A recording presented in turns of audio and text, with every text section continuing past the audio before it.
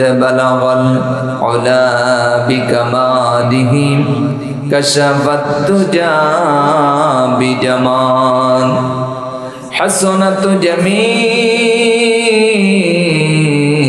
خصاله صلوا عليه وآل नहीं दो जहान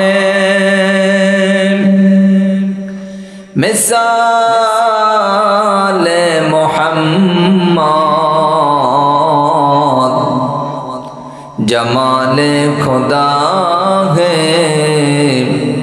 कमाल मोहम्मद बलगल उला बिकमालिही कशफत दुजा बिजमाल हसनत जमील अक़सालिही सल्लु अलैहि व आलिहि कয়েক মর্তবা জিকির করি লা ইলাহা সবাই লা ইলাহা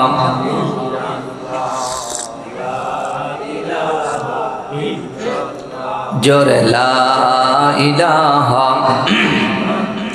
সবাই লা ইলাহা পড়েন লা ইলাহা আলহামদুলিল্লাহ রাব্বিল আলামিন। সম্মানিত ভাই এবং বন্ধুগণ, এই কালিমার সঙ্গে কি আমাদের কোনো রাগ টাগ আছে? একটু আওয়াজ দিয়ে কথা বলুন, রাগ আছে? বলেন, কালিমা পড়লে খুশি হবেন কে? আরো জোরে কন। হয় নাই, আরো জোরে কন। আওয়াজ দিয়ে বলেন, কালিমা পড়লে খুশি হবেন কে? মুসলমানেরা চতুর্পাশ থেকে এমন ভাবে কালিমার আওয়াজ উত্তোলন করতে হবে, এই কালিমার আওয়াজ শুনে যেন নাস্তিক আর বেঈমান তারা পালাইতে বাধ্য হয়, ঠিক কিনা? এইভাবে মর্দে মুজাহিদের মতো আওয়াজ দিয়া কালিমার জিকির করছি, লা ইলাহা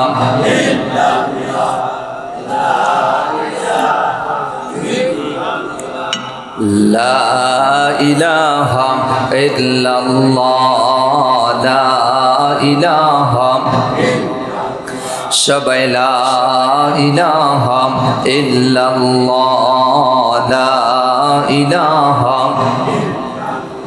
ভাইজান যার দিলে আছে আল্লাহর ভয়, বলেন যার দিলে আছে আল্লাহর ভয়, আল্লাহ আল্লাহ সব সময়, আহার নিদ্রা ভালো লাগে না, দুনিয়াদারি ভালো লাগে না, ভালো লাগে যে আল্লাহ আল্লাহ লা ইলাহা সবাই লা ইলাহা আজরে লা ইলাহা আমরা নামাজ রোজা সারব না, বলেন তো সারা যাবে?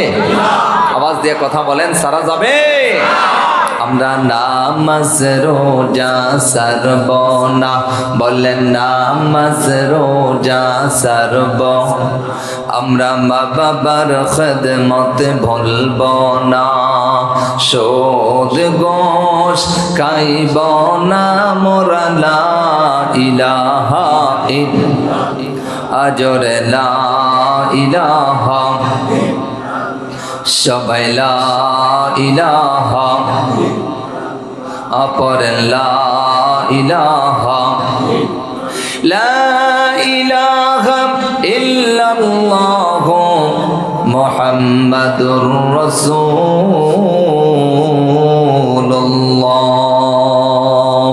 সকলে পড়েন সাল্লাল্লাহু আলাইহি ওয়াসাল্লাম। বাংলাদেশের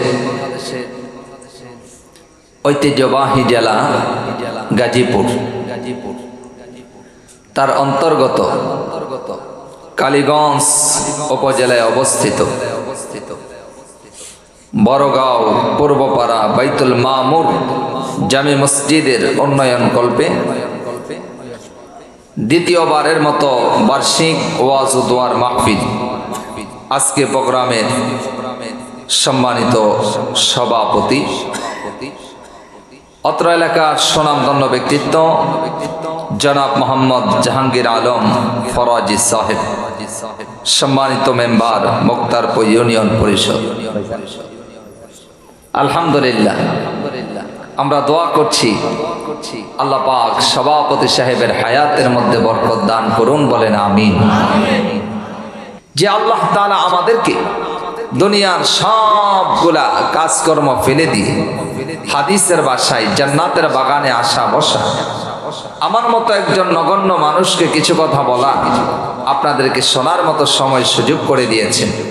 ওই মহান মালিকের দরবারে, আল্লাহ সুবহানাহু ওয়া তাআলার দরবারে আসুন আমরা সকলে একত্রিত উচ্চ আওয়াজে জবান ছেড়ে আমরা সবাই কালিমাতুশ শুকর আদায় করে নিচ্ছি আলহামদুলিল্লাহ। একটু জোরে আওয়াজ দিয়া বলেন তো, আল্লাহু আকবার, লা ইলাহা ইল্লাল্লাহু, আল্লাহু আকবার, ওয়ালিল্লাহিল হামদ। আল্লাহ সুবহানাহু ওয়া তাআলার দরবারে আরো অসংখ্য শুকরিয়া যে আল্লাহ তাআলা আমাদেরকে আখিরি জামানার পয়গম্বর, বিশ্ব নেতা, বিশ্ব নবী, নবীদের সভাপতি মুহাম্মদুর রাসূলুল্লাহ সাল্লাল্লাহু আলাইহি ওয়াসাল্লামের উম্মত করেছেন। এই জন্য আরো একবার কালিমাতুশ শুকর আদায় করে নিচ্ছি আলহামদুলিল্লাহ। সম্মানিত দিনী ভাইরা, এই কোরআনের মাহফিলে আসতে পেরে আমরা সবাই খুশি না বেজার? খুশির আওয়াজ কি আসতে হয় না জোরে হয়? তাহলে আওয়াজ দেয়া বলুন, খুশি না বেজার?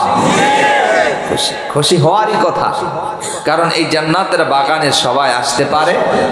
কথা কয় না, আসতে পারে? আল্লাহ পাক যাদেরকে ভালোবাসে, আল্লাহ পাক যাদেরকে পছন্দ করে, আল্লাহ পাক যাদেরকে কবুল করে, আল্লাহ পাকের ওই বান্দা বান্দে গোলাই কোরআনের মাহফিলে আসতে পারে, ঠিক কিনা? আল্লাহ কবুল না করলে কোরআনের মাহফিলে আসা যাবে? আপনারা কি মনে করেন আপনাদের এই গ্রামটা বড় না ছোট? কথা কয় না। আরে ভাই, কয়েক কিলোমিটার লম্বা বিশাল গ্রাম, 8 কিলোমিটার। এটা মনে হয় গাজীপুরে আর নাই, গাজীপুরে আর নাই। এইটাই ছিল সবচেয়ে বড় গ্রাম, না ওই বড় গ্রাম, হ্যাঁ বড় দিয়ে শুরু। তো আপনাদের এই গ্রামে কি এই কয়েকজন পুরুষ মানুষ আছে নাকি আরো আছে? কথা কয় না, আরো আছে। তারা কি আসতে পেরেছে? তাদের লেগে একটা দোয়া করে লাই, আল্লাহ কবুল করলে তো তারাও আসতে পারে। তাদের জন্য দোয়া করছি, আল্লাহ পাক তাদেরকে আশা বসার তৌফিক দান করুন, বলেন আমিন। সম্মানিত ভাইরা, একটু তাদেরকে শোনাই, যেহেতু লোক কম এই জন্য শোনাইতে হচ্ছে। মাহফিলে আসলে কি লাভ হয়? আমার আগে হযরত একটি হাদিস নিয়ে কথা বলতেছিলেন। মাহফিলে আসলে লাভটা কি হয়? নবীজি বলেন, যেখানে কোরআনের আলোচনা হয়, হাদিসের আলোচনা হয়, ইলমে দ্বীন চর্চার একটি মজলিস, এমন একটা মজলিসের দিকে যখন আল্লাহর বান্দা বসে যায় এবং দুইটা নিয়ত করে, জোরে বলেন তো কয়টা নিয়ত? নাম্বার 1, কথাগুলো শুনতে হবে আমলের নিয়তে, আর নাম্বার 2, 2 নাম্বার আখিরে মোনাজাত দিয়ে এখান থেকে বিদায় নিব। নবীজি বলেন, এই দুইটা নিয়ত যদি করতে পারো, তোমার আমলনামার ভিতরে একটা নয়, দুইটা নয়, 1000 নয়, 2000 নয়, তোমার আমলনামার ভিতরে কমপক্ষে 50 লক্ষ নেকি জমা হয়ে যাবে। আর একটু মহব্বতে বলেন। একজন সাহাবী প্রশ্ন করল, ইয়া রাসূলুল্লাহ, নবী গো, আপনি যে 50 লক্ষ নেকির কথা বললেন, ও নবীজি, একটা নেকির কত দাম, একটা নেকির কত মূল্য? আপনার পবিত্র জবান থেকে শুনতে চাই। নবীজি আমার বলেন, সাহাবীরা রে, তাহলে শোনো, একটা নেকির বয়ান তোমাদেরকে শোনাই। নবীজি আমার বলেন, সাহাবীরা রে, ওই যে মদিনা শরীফের পাশে উহুদ পাহাড় দেখা যায়, এই উহুদ পাহাড়টা কয়েক মাইল লম্বা, এই উহুদ পাহাড়টা কয়েক মাইল পাশ। এই উহুদ পাহাড়ে যে কত কোটি কোটি মন পাথর আছে রে, আল্লাহ রাব্বুল আলামিন ছাড়া আর কেউ জানে না। ও আমার সাহাবীরা, এই উহুদ পাহাড় যদি সম্পূর্ণ স্বর্ণে পরিণত হয়ে যায়, এই উহুদ পাহাড়ের যত দাম হবে, ছোট্ট মাত্র একটা নেকির দাম আমার আল্লাহর কাছে তার চাইতে কোটি কোটি গুণ বেশি দামি হবে। উহুদ পাহাড় স্বর্ণে পরিণত হয়ে গেলে এই উহুদ পাহাড়ে যে দামটা হবে, ছোট্ট মাত্র একটা নেকের দাম আল্লাহর কাছে তার চাইতে কোটি কোটি গুণ বেশি দামি। চিৎকার মেরে বলেন আল্লাহু আকবার। তাহলে কোরআনের মাহফিলে আসলে লাভ না লস?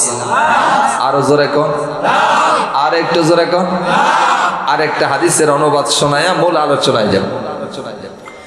নবীজি আমার বলেন, সাহাবীরা নেন, যেখানে কোরআনের আলোচনা হয়, হাদিসের আলোচনা হয়, এমন একটা মাহফিলের দিকে আল্লাহর কোন বান্দা বান্দি যদি রওনা হয়ে যায়, আল্লাহ পাক যে তাদের দাম কত বাড়ায় দেয়, আল্লাহ যে তাদের সম্মান কত বাড়ায় দেয়।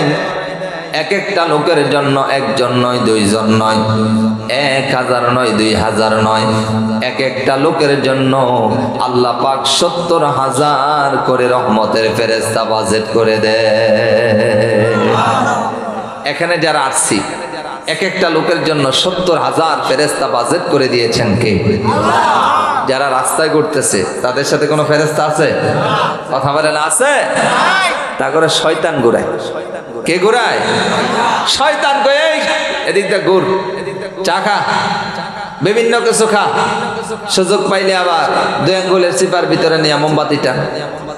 বিভিন্ন ভাবে শয়তান তাদের ধোঁকা দিয়ে রাস্তার ঘাটে ঘুরাচ্ছে, ঠিক কিনা?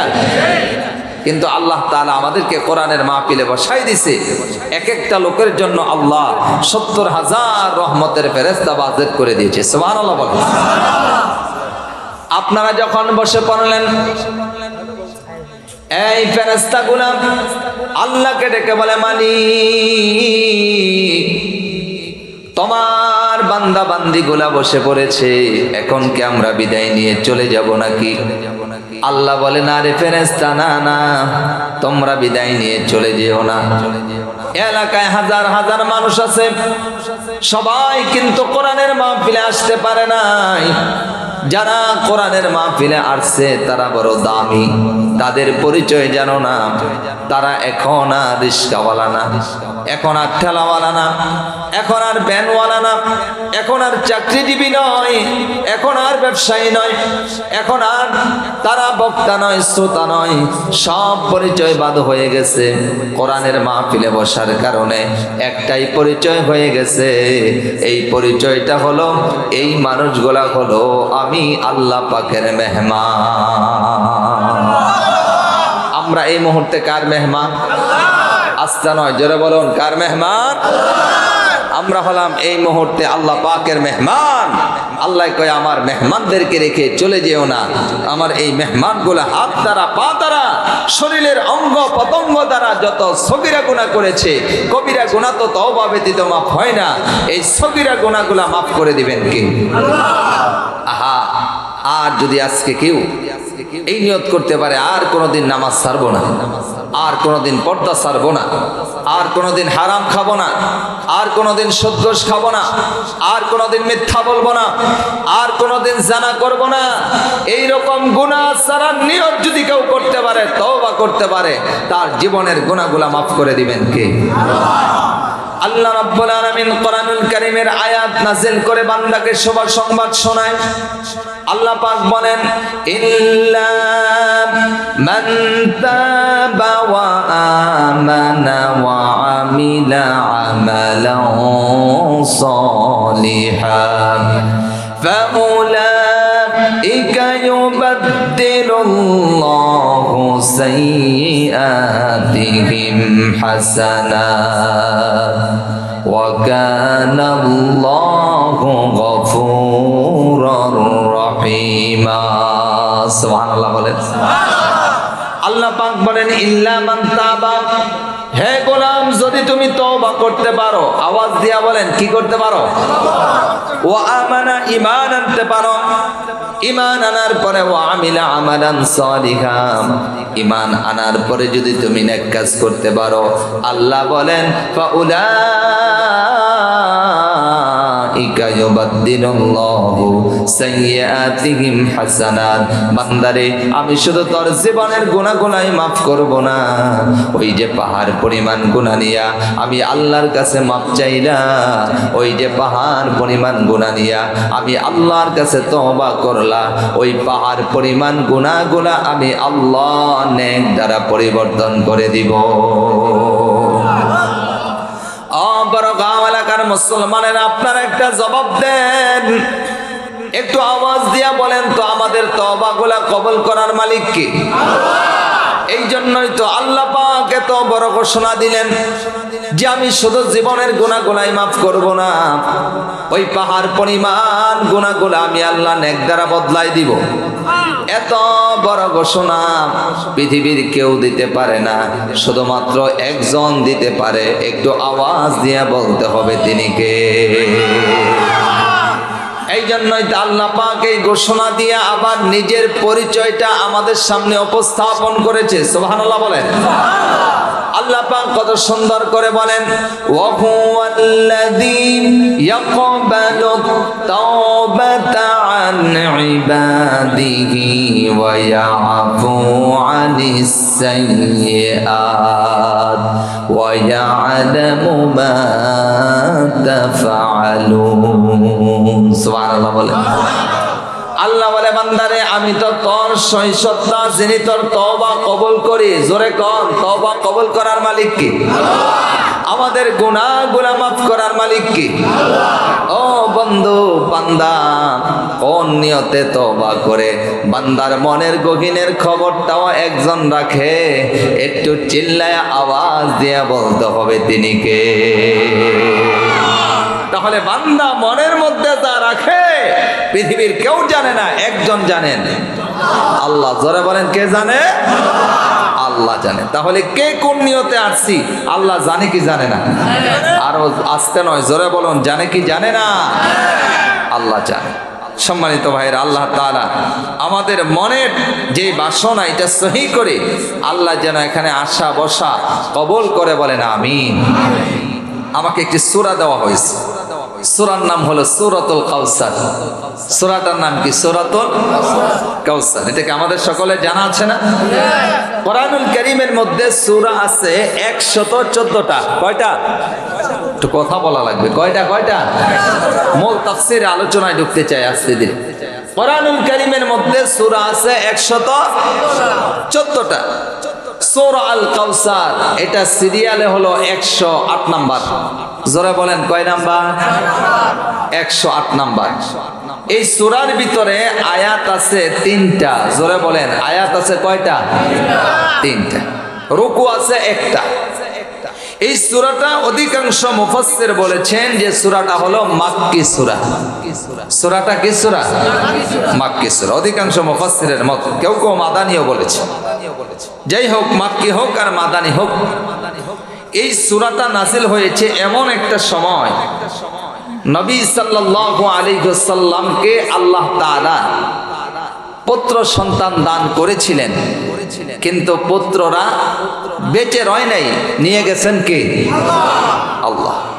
কাফের বেঈমানেরা যখন কোন দিক দিয়েই নবীকে ছোট করতে পারে না, কোন দিক দিয়ে যখন নবীকে এইভাবে সমাজের ভিতরে ছোট করতে পারে না, তখন তারা একটা সময় নবী সাল্লাল্লাহু আলাইহি ওয়াসাল্লামের এই যে পুত্র সন্তান মারা যায়, এইটা নিয়ে তারা বিভিন্ন ভাবে নবীকে ছোট করতে লাগলো, ব্যঙ্গ করতে লাগলো। নবী সাল্লাল্লাহু আলাইহি ওয়াসাল্লামের মনটা খারাপ হয়ে গেছে। নবীকে বারবার বলছে, তুমি তো শিকড় কাটা, লেজ কাটা, তোমার বংশ এখানে শেষ, কাটিং হয়ে গেছে, তোমার বংশ আর বিস্তৃত হবে না, বংশ আর বড় হবে না। নবী সাল্লাল্লাহু আলাইহি ওয়াসাল্লামকে যখন এইভাবে কাফেরেরা বারবার এই কথা বলতেছে, স্বাভাবিকভাবেই নবীর অন্তরে আঘাত লাগার কথা, ঠিক কি না? নবীর অন্তরে যখন আঘাত লেগেছে, নবীকে খুশি করার জন্য দায়িত্ব নিলেন কে? আল্লাহ রাব্বুল আলামিন ডেকে বলেন, নবী মুহাম্মদ মন খারাপ করো না, ও নবীজি কষ্ট নিও না, তারা তোমাকে ব্যঙ্গ করে ছোট করে কথা বলে, আমি আল্লাহ তোমাকে শোনাই, নবী গো মন খারাপ করো না। ইন্না আতাইনাকাল কাউসার। চিৎকার মেরে বলেন না আল্লাহু আকবার। নবীকে আল্লাহ তাআলা বড় শুভ সংবাদ দিলেন, হ্যাঁ নবী, নিশ্চয়ই আমি আপনাকে কাউসার দান করেছি। সুবহানাল্লাহ বলেন। আমার বন্ধুগণ, কাউসার এটা যেমন তেমন জিনিস না। কাউসার হলো একটা হাউস। ও বন্ধু, এটা এমন একটা হাউস, এই কাউসার থেকে যত পানি উঠানো হবে, আল্লাহর কসম, এই হাউজের পানি কখনো ফুরাবে না। এই হাউজের পানি কখনো ফুরাবে না। এই হাউসটা আল্লাহ পাক নবীকে কখন দান করবেন? আমার বন্ধুগণ, কিয়ামতের ময়দানে এই হাউজ ছাড়া আর কোনো পানি পাওয়া যাবে না। নবীজি আমার বলেন, আমার উম্মতেরা লাইন করে করে আসবে, আমি এই হাউজের পানি পান করাবো। আমার উম্মত এই পানি খাইয়া তৃপ্ত হবে। নবীজি আমার বলেন, এই পানি যারা একবার পান করবে, জান্নাতে যাওয়ার আগে আর কোনোদিন পানি পিপাসা লাগবে না। কি দামি পানি, কি দামি হাউস! আল্লাহ পাক নবীকে শুভ সংবাদ দিলেন। সুবহানাল্লাহ বলেন।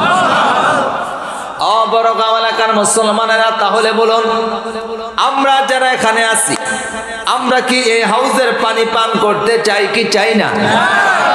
ও বন্ধু, এই হাউজের পানি যদি পান করতে চাই, তাহলে আল্লাহ কাজ দিলেন মাত্র দুইটা। জোরে বলেন, কয়টা? যে ব্যক্তি এই দুইটা কাজ করবে, তাকে হাউজে কাউসারের পানি দিয়া ধন্য করে দিবেন কি? আমরা বললাম, আল্লাহ কোন দুইটা কাজ করলে আপনি হাউজের মালিক বানাই দিবেন? আল্লাহ পাক বলেন, বান্দা শোনো, ও নবী মুহাম্মদ, তোমার উম্মতদেরকে শোনাই দাও, এই হাউজের মালিক যদি হতে চায়, এই হাউজের পানি যদি পান করতে চায়, আমি আল্লাহ দুইটা কাজ দিলাম। একটা হলো ফসল্লি লিরাব্বিকা, তোমার রবের উদ্দেশ্যে নামাজ পড়ো। আর 2 নাম্বার হলো ওয়ানহার, এবং রবের উদ্দেশ্যে কোরবানি করো। যাদের জীবনে নামাজের আমল পাওয়া যাবে এবং কোরবানির আমল পাওয়া যাবে, একটু আওয়াজ দিয়া বলেন তো, এই হাউজে কাউসারের মালিক করে দিবেন কে? তাহলে ক্লিয়ার হয়ে গেল, একেবারে ক্লিয়ার। এই হাউজের মালিক যদি হতে চায়, এই হাউজের পানি যদি পান করতে চায়, তাহলে কাজ করা লাগবে কয়টা? আমার আওয়াজ বুঝতেছেন তো? একেবারে ঠান্ডা মাথায় বলতেছি, বলেন কয়টা? কয়টা? দুইটা। একটা হলো ফসল্লি লিরাব্বিকা, রবের উদ্দেশ্যে নামাজ পড়ো। আর 2 নাম্বার হলো অনহা, রবের উদ্দেশ্যে কোরবানি করো। এই নামাজ আর কোরবানি যাদের আমল থাকবে, আওয়াজ দেয়া বলেন, হাউজের মালিক করে দিবেন কি? মজার বিষয় হলো, গোটা কোরআনে একবার নামাজ পড়ার কথা বলেছেন। যারা বলেন কয়বার? হুজুর এটা কেমন কথা কোন? আমরা শুনছি 82 বার নাকি আল্লাহ কইছে, আপনি বলতেছেন একবার। হ্যাঁ, নামাজ কায়েমের কথা ডাইরেক্ট বলেছেন 82 বার। বলেন কয়বার? ও আকিমুস সালাত, বান্দা নামাজ কায়েম করো। কি করো? কায়েম করো। আর পড়ার কথা বলেছেন গোটা কোরআনে একবার। জোরে বলেন কয়বার? ফসল্লি লিরাব্বিকা, তোমার রবের উদ্দেশ্যে নামাজ পড়ুন। ওয়ানহার, এবং রবের উদ্দেশ্যে কোরবানি করুন। সুবহানাল্লাহ বলেন। আমার বন্ধুগণ, তাহলে কাউসার পাইতে হলে আমল করতে হবে কয়টা? আরো জোরে। ও বন্ধু, 2টা আমল যে করবে, তাদেরকে কাউসারের মালিক করে দিবেন কে?